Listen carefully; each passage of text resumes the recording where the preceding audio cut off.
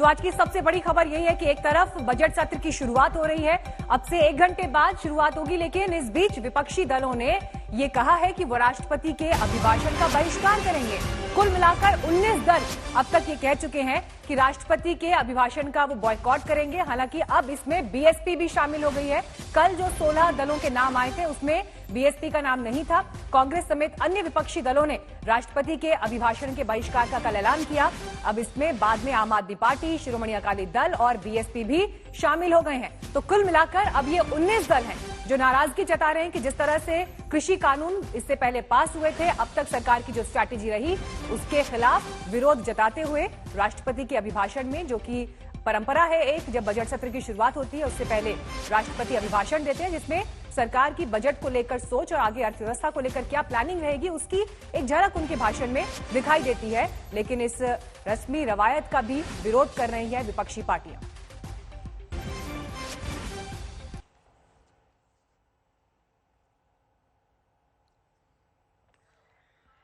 मुझे लगता है कि राष्ट्रपति का जो भाषण होता है वो सरकार के द्वारा लिखा गया भाषण होता है, तो इसलिए उसमें इन 3 काले कानूनों की तारीफ भी निश्चित रूप से सरकार करेगी और महामहिम राष्ट्रपति जी से उसको पढ़वाएगी। हम लोग आम आदमी पार्टी की ओर से इन तीनों काले कानूनों का विरोध करते रहे हैं और आगे भी करते रहेंगे। इसलिए महामहिम राष्ट्रपति के अभिभाषण का आम आदमी पार्टी बहिष्कार करेगी। There is a forum to discuss. After the president address, there is a forum. You can discuss whatever you want.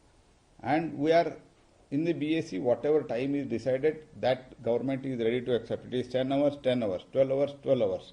We are ready to debate in detail, in length. You can put forth your views. We will put forth our views.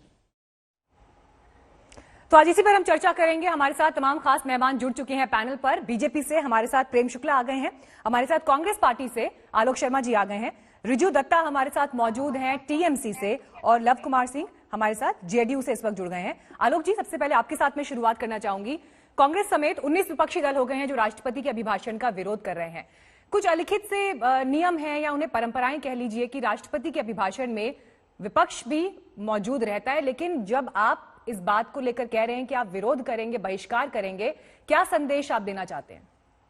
देखिए, मुझे लगता है कि जितनी भी संसदीय परंपराएं हैं वो पिछले 6 वर्षों में पूरी तरह से धूमिल हुई हैं। ये सवाल तो सरकार से पूछा जाना चाहिए कि आज विपक्ष बॉयकॉट करने पर मजबूर क्यों है। मुझे वो अरुण जेटली साहब का भाषण जो है राज्यसभा के पटल पर याद आ रहा है कि संसद को कैसे चलाना है। ये काम तो शासन का है, सरकार का है, रूलिंग पार्टी का है। और वो सुषमा स्वराज जी का भाषण भी मुझे लोकसभा का याद आ रहा है। मुझे लगता है कि जिस तरह से आज राष्ट्रपति महोदय की जो भूमिका होनी चाहिए तमाम मुद्दों को लेकर, जिस तरह से राष्ट्रपति महोदय को कृषि कानूनों के बीच में खास तौर पर इंटरफेयर करना चाहिए था, और जिस तरह से किसानों के साथ केंद्र की सरकार ने बर्ताव किया है, विपक्ष का जो साझा फैसला है कि भारतीय लोकतंत्र और संसदीय परंपराओं के लिए और ज्यादा मजबूत करने का काम करेगा। आप देखिए कि जब संसद में कोरोना का नाम लेकर जिस तरह से प्रश्नकाल तक को खत्म कर दिया गया, तो संसदीय परंपराओं की बात तो आज बीजेपी बिल्कुल भी ना करे। आज केवल ये देखना है कि अन्नदाता के जो अन्याय हो रहा है उसके साथ कौन खड़ा है। ठीक है, तो आलोक जी, आगे की स्ट्रैटेजी क्या रहेगी आप लोगों की? के साथ कौन खड़ा है? ये जो विरोध है, ये जो बहिष्कार है, सिर्फ राष्ट्रपति के अभिभाषण तक सीमित है कि आगे बजट सत्र तक भी जाएगा? देखिए, मुझे लगता है अभी जो निर्णय लिया गया है वो मीडिया के माध्यम से देश को दिया गया है। अगर इस तरह का कोई आगे निर्णय होगा उसकी मुझे जानकारी नहीं है, लेकिन अगर होगा तो जरूर सबसे पहले मीडिया के साथियों के माध्यम से ही देश को बताया जाएगा। रिजू दत्ता जी, आप आइए चर्चा में। ये भी तो एक स्ट्रैटेजी हो सकती थी कि आप राष्ट्रपति के अभिभाषण में शामिल होते, क्योंकि ये एक परंपरा है लोकतंत्र की, एक मजबूत तस्वीर है। आप विपक्ष को भी वहां पर उतनी मजबूती से होना चाहिए था, लेकिन जब राष्ट्रपति के अभिभाषण में वोट ऑन थैंक्स पर चर्चा होती तो वहां पर आप अपने बिंदु और अपनी चर्चाओं को, अपने विरोध को रख सकते थे। मीनाक्षी जी, पहले तो आपको गुड मॉर्निंग और गुड मॉर्निंग सारे पैनलिस्ट को। देखिए, ये हमें राष्ट्रपति जी के अभिभाषण के खिलाफ हम लोगों का कोई मुद्दा नहीं है। ये मुद्दा है कि सांसद के जो परंपरा है सबका तो गला घोट दिया गया है। आपको याद होगा, मैं आपको याद दिला देना चाहता हूं कि नवंबर 2019 में भी जब ये कृषि कानून लागू हुआ था, संसदीय सारे परंपराओं का गला घोट के, तब भी सारे विरोधी पक्ष बाबा अम्बेडकर साहब के मूर्ति के सामने जाके इन्होंने विरोध किया था। पर उसका कुछ मसला, यहाँ पर बात यह है ना कि ये देश चलता है एक इंसान के ऊपर, ये देश दुनिया का नहीं है। और आप जिस लोकतंत्र और गणतंत्र का बात कर रहे हैं, वो अभी मिहाजी किताबी शब्द होके रह गए। कहाँ है लोकतंत्र, कहाँ है गणतंत्र, आप बताइए हमें। यहाँ पर कुछ भी अगर विरोधी पक्ष कुछ भी बोलने जाए, उनके ऊपर तो स्टैंप लगा। अगर हम आज केंद्रीय सरकार को एक प्रश्न करने जाए, हमारे ऊपर स्टैंप लगा दिया जाएगा कि हम देश विरोधी है। ये तो हालत हो गई। नहीं, लेकिन रिजु दत्ता जी देखिए, विपक्ष की मंशा पर सवाल इसीलिए खड़े हो जाते हैं ना, क्योंकि अगर आप पश्चिम बंगाल की सूरत भी देखें तो जब आप किसानों की बात करते हैं, लेकिन वही केंद्र की योजनाएं पश्चिम बंगाल में आप लागू नहीं करते, क्योंकि सीधे सीधे आपका टकराव बीजेपी से है। आपकी जो मंत्री हैं, आपकी मुख्यमंत्री जो हैं, आपकी सुप्रीम लीडर हैं, वो तो इस तरह का विरोध रखते हैं कि केंद्र की योजनाओं को भी, संघीय ढांचे को भी रिस्पेक्ट नहीं करते हैं।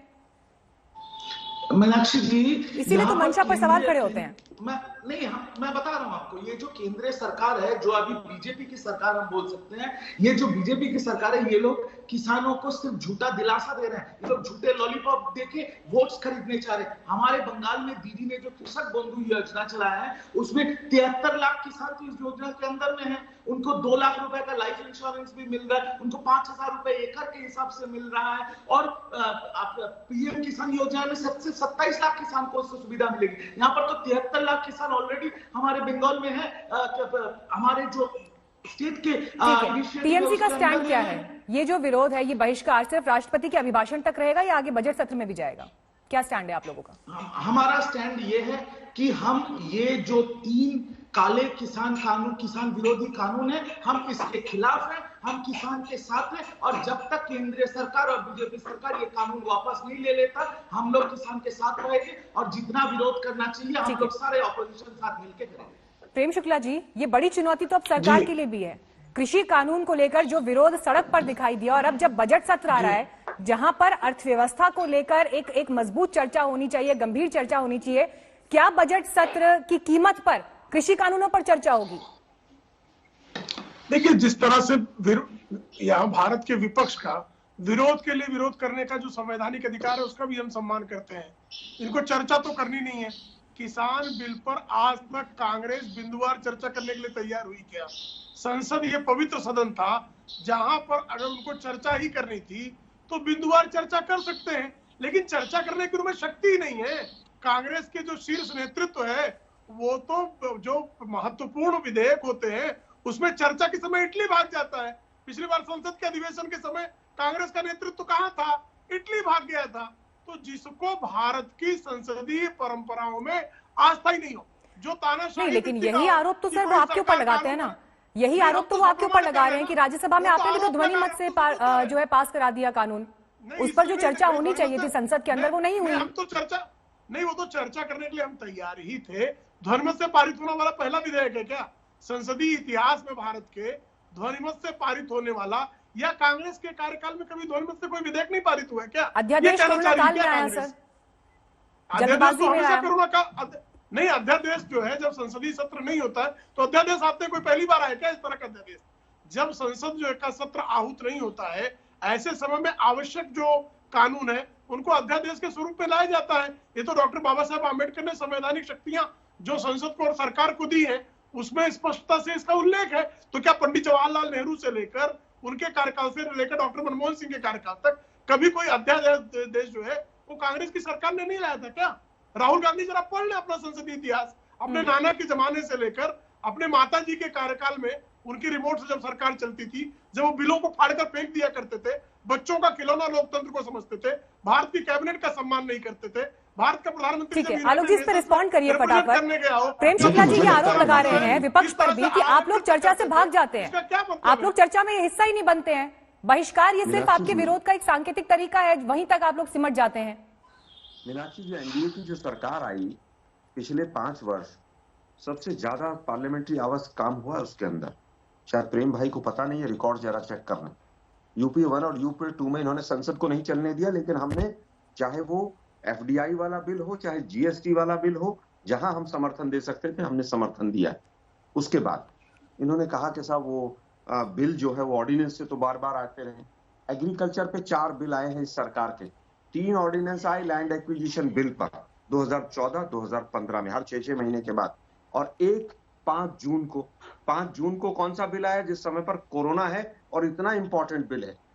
आज तक कोई ऐसा बिल नहीं आया जो ध्वनि मत से पास हुआ हो या ऑर्डिनेंस से आया हो और उसके बाद ध्वनि मत से पास हुआ हो जो सेलेक्ट कमेटी को ना गया हो। इन्होंने चारों बिल कभी सेलेक्ट कमेटी को नहीं भेजे। ध्वनि मत से पास इसलिए किया क्योंकि राज्यसभा में बहुमत नहीं था। पहले जो ध्वनि मत से पास हुए हैं उनमें हमेशा उस सरकार की, चाहे वो अटल बिहारी वाजपेयी जी की बात रही हो, उसमें सर्वसम्मति से ध्वनि मत से पास हुआ है। मुझे लगता है कि ये सरकार पूरी तरह से लोकतंत्र को कुचलना चाहती है। आज देख लिया ना, 2 बार दंगे दिल्ली के अंदर हो जाते हैं, चीन कब्जा करके बैठ जाता है और पिछला पार्लियामेंट सेशन इन्होंने गायब कर दिया। कौन इटली चला गया, कौन कहां चला गया, भाई बाकी सांसद तो सब यहीं रहते थे। और कौन नहीं, राहुल गांधी चले गए थे। पिछला जो सेशन था, सोनिया गांधी, राहुल गांधी भाग गए थे। पूर्ण सेशन वो आप लोगों ने क्यों कैंसिल कर दिया? राहुल हैदराबाद में रोड शो हो सकता है, बंगाल में चुनाव लड़ा जा सकता है, राहुल आप गांधी बिहार में जाकर रैलियां कर सकते हैं, सब कुछ हो सकता है। पार्लियामेंट का सेशन क्यों बंद किया? ताकि सवाल ना पूछे जाए चीन के ऊपर, ताकि सवाल ना पूछे जाए किसी ठीक है। बड़ी खबर इस वक्त, थोड़ी देर में प्रधानमंत्री नरेंद्र मोदी भी पहुंचने वाले हैं संसद। हम संसद का रुख भी करेंगे। आलोक जी, एक सेकंड रोक रही हूँ आपको। लव कुमार जी, एक रिएक्शन आप भी यहाँ पर दे दीजिए। बजट सत्र की कीमत पर क्या आप कृषि कानून पर चर्चा होगी? क्योंकि जो सड़कों पर जिस तरह से आंदोलन चला है उसकी गूंज अब अगर बजट सत्र पर भी दिखाई देगी, और बजट सत्र अगर उसके लिए कॉम्प्रोमाइज होता है तो इस व्यवस्था पर क्या बोलेंगे आप? देखिए, ये तो मानसिक दिवालियापन का द्योतक है विपक्ष का। राष्ट्रपति एक संवैधानिक पद है, इसमें चर्चा में भाग लेना चाहिए था, राष्ट्रपति का अभिभाषण को सुन लेना चाहिए था और उसके बाद जो चर्चा होती चर्चा करते। ये तो पहले ही से मैदान छोड़कर भाग जाना और फिर कहना कि चर्चा नहीं करती है एनडीए सरकार, तो ये एक गलत इल्जाम है। और जहां तक बात है बजट सत्र का, तो बजट बहुत जरूरी सत्र होता है और हर समय अभिभाषण 1950 से लेकर इनकी भी सरकारें आई गई हैं, सरकारें आते जाते रहती है, लेकिन इस तरह की अगर परंपरा बन गई तो आने वाले समय में ये भारत के लोकतंत्र के लिए बहुत बड़ा खतरा साबित होगा कि राष्ट्रपति जैसे संवैधानिक पद को, जो निष्पक्ष पद है, उसका भी बहिष्कार अगर विपक्षी पार्टियां करेगी तो मुझे नहीं लगता है कि ये इनके कौन कहता है कि निष्पक्ष पद है? मैं बीच में नहीं टोकता। आज सुबह की चर्चा इस बात पर हो रही है कि बजट सत्र इस बार कैसे चलेगा, क्योंकि विपक्षी दल ये कह चुके हैं कि वो राष्ट्रपति के अभिभाषण का बहिष्कार करेंगे, लेकिन ये बहिष्कार के अभिभाषण तक सीमित रहता है या बजट सत्र में भी इसकी गूंज दिखाई देती है? और थोड़ी ही देर में प्रधानमंत्री नरेंद्र मोदी संसद पहुंचने वाले हैं। इस दौरान वो क्या कहते हैं, क्योंकि ये भी एक रस्म है कि जब प्रधानमंत्री सत्र की शुरुआत से पहले, यानी पहले दिन जब संसद पहुंचते हैं, तो वो जो बात उस समय मीडिया से कहते हैं वो जरूर ये झलक देती है कि सरकार अब आगे इस सत्र पर किस तरह से आगे बढ़ेगी। और बजट की जब बात है तो ऐसे में देश की अर्थव्यवस्था का क्या रोड मैप रहेगा, इस पर पूरे देश की निगाहें हैं। विकास से लेकर रोजगार के अवसर, इनको लेकर सरकार की क्या तैयारी है, क्या प्लानिंग है। लेकिन इस बीच अब सवाल यही कि किसानों का जो आंदोलन रहा कृषि कानूनों के खिलाफ, उसके साये के अंदर क्योंकि बजट सत्र हो रहा है, तो अब बजट सत्र की सूरत क्या रहती है। तमाम खास मेहमान हमारे साथ बने हुए हैं चर्चा में। प्रेम शुक्ला जी, सवाल यह है कि जो आंदोलन 2 महीने चला, 26 जनवरी को जो कूच हुआ, सरकार भी बातचीत कर चुकी थी, कई प्रस्ताव दे चुकी थी, लेकिन अब जो ये लड़ाई है, क्या ये लड़ाई अब राकेश टिकैत वर्सेस सरकार हो गई है, जहां आपके सामने चुनौती ये है कि या तो आप राकेश टिकैत को मना लें या उनको हटा लें? देखिए, राकेश टिकैत का संकट है कि टिकैत अपनी बातों पर टिकते ही नहीं है। आदरणीय टिकैत जी कुछ दिन पहले कह रहे थे कि पुलिस का हम बक्कल उखाड़ के फेंक देंगे, फिर कल अब रोने लगे वो। नरेश टिकैत जी ने कहा कि हम आंदोलन वापस लेते हैं, फिर वो खाप पंचायत करने लगे। और लगातार देखिए, भारतीय जनता पार्टी के नेतृत्व वाली सरकार ने हमेशा से किसानों के कल्याण की नीतियां बनाई हैं और किसानों के प्रति जो है उदारतापूर्ण व्यवहार रखा है।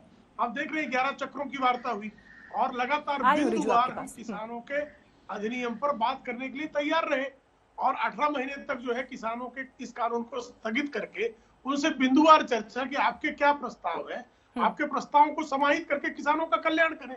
आपको ध्यान है, कभी आपको तो पता ही है कि कैबिनेट कोई कानून पास करता था और राहुल गांधी फाड़ कर फेंक देते थे। अलोकतांत्रिक व्यवस्था वो थी। लोकतांत्रिक व्यवस्था ये है कि संसदीय परंपरा का सम्मान करते हुए सरकार के साथ जितने दौर की भी वो बातचीत बन नहीं पाई, किसान कन्विंस नहीं हो पाए। मेरा सवाल आपसे ये है कि जो प्रस्ताव सरकार ने आखिरी बार दिया था, क्योंकि आज भी जब आप ये चर्चा कर रहे हैं यहाँ पैनल पर बैठ के, तो बहुत सारे किसान इस वक्त बड़ी उम्मीदों से सुन रहे होंगे। तो जो प्रस्ताव सरकार ने दिया था कि 18 महीने कानून को टाल देंगे, क्योंकि परिस्थितियां बदल गई हैं उसके बाद, 26 जनवरी की बात खास तौर पर। क्या सरकार का ये प्रस्ताव अब भी बरकरार रहेगा? सरकार तो हमेशा से जो है एक वार्ता के माध्यम से किसानों के कल्याण का कोई भी प्रस्ताव किसानों के तरफ से आए उसको स्वीकारने की सरकार की तैयारी रहती। देखिए इस कानून को लेकर 90% जो किसान संगठन और किसान है वो समर्थन में है, 10% उसमें से भी कुछ जो है जिन्होंने अराजक तत्वों को प्रश्रय दे रखा था और किस तरह से गणतंत्र दिवस के समय उन्होंने जो है नंगा नाच किया, आपको आवश्यकता ही नहीं थी जिस तरह से राकेश टिकैत या योगेंद्र यादव, ठीक है, वो बात तो चलिए इन्वेस्टिगेशन के उस पर इन्वेस्टिगेशन हो रहा है। तो सर मेरा सवाल आपसे ये है कि क्या 18 महीने कानून टलेगा? जो प्रस्ताव कृषि मंत्री ने जो आखिरी प्रस्ताव दिया था जिसके बाद बात डिरेल भी हुई थोड़ी, जो किसानों ने मानने से इनकार कर दिया, क्या वो प्रस्ताव कायम रहेगा अब भी इन परिस्थितियों में? सरकार ने भी प्रस्ताव वापस नहीं लिया है। सरकार का प्रस्ताव किसान यूनियनों को इसको स्वीकारना है, सरकार का प्रस्ताव तो कायम है। ठीक है, आलोक जी बोलिए। देखिए मुझे लगता है कि जो बिल संसद पास कर देती है उसको सरकार अपनी मर्जी से 18 महीने के लिए वापस नहीं ले सकती। ये शायद प्रेम भाई को पता ही नहीं है अभी इस बात का, पहली चीज। दूसरी चीज, अभी तो ये पहले नहीं वापस नहीं, वो प्रस्ताव ये था कि रोक लगाएंगे 18 महीने के लिए, रोक की बात। लगाने का भी रोक सरकार नहीं लगा सकती, या तो सुप्रीम कोर्ट लगा सकता है किसी पर, या फिर पार्लियामेंट के द्वारा पास किया गया बिल है तो पार्लियामेंट लगाएगी उसके अंदर, या पार्लियामेंट में वापस ले जाकर पार्लियामेंट से कराना पड़ेगा।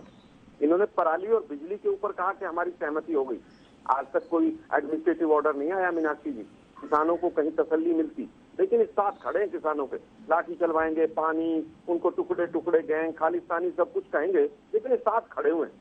200, 250, 300 लोग किसानों पर गोलियां चलाने का आप गए वहाँ पर, जिनमें से 20 टन नहीं, लेकिन आलोक जी यही आरोप तो विपक्ष के ऊपर भी लग रहे हैं ना मीनाक्षी जी। लेकिन आलोक जी यही आरोप तो विपक्ष के ऊपर भी लग रहे हैं, क्योंकि संसद में तो आप कानून को रोक नहीं पाए पास होने से। पूरा दंगा कराया है। नहीं आलोक जी सुनिए, आलोक जी यही आरोप विपक्ष के ऊपर भी है कि संसद में तो आप कुछ कर नहीं पाए, लेकिन अब आप किसान आंदोलन को लेकर अपनी राजनीति चमकाने में लगे हैं, यही आरोप आपके ऊपर लगा रही है सरकार। क्योंकि मुझे लगता है सरकार है, मुझे लगता है कि अभी सीधा सरकार को चाहिए कि नवाज शरीफ और जिनपिंग पर दोनों पर FIR कर दे, दोनों जिम्मेदार हैं, एक प्रधानमंत्री एक गृह मंत्री, क्योंकि हमारे राहुल गांधी थोड़े लड़ने के लिए बने। किसान आंदोलन पर बात करते हैं, बजट पर बात करते हैं ना, हम इधर उधर के मुद्दों में क्यों बातचीत को क्यों हम डिरेल कर देते हैं? कोई चिंता नहीं। ठीक है, रिजू दत्ता आपका कमेंट। मंत्री एक साल में दो मैं सिर्फ आलोक जी एक सेकंड, मैं देखिए मैं TMC पार्टी की तरफ से हूँ और TMC पार्टी की तरफ से मैं जो बातें कह रहा हूँ, पहला चीज तो हम किसी भी तरह का हिंसा या अराजकता का सपोर्ट नहीं करते हैं। दूसरी चीज, मैं आपके चैनल के माध्यम से दिल्ली पुलिस को सल्यूट बोलना चाहता हूं कि उन्होंने जिस तरह का संयम दिखाया है प्रजातंत्र दिवस के दिन पे जो हंगामा हुआ था उसको लेके। पर यहाँ पर एक बहुत अहम सवाल उठता है जो मैं आपके दर्शकों को और बीजेपी के प्रवक्ता को पूछना चाहता हूं कि ये जो हमारे किसान हैं, ये लोग तो 2 महीने से सड़कों पे बैठे हैं। आप लोगों ने 11 बार चर्चा किया,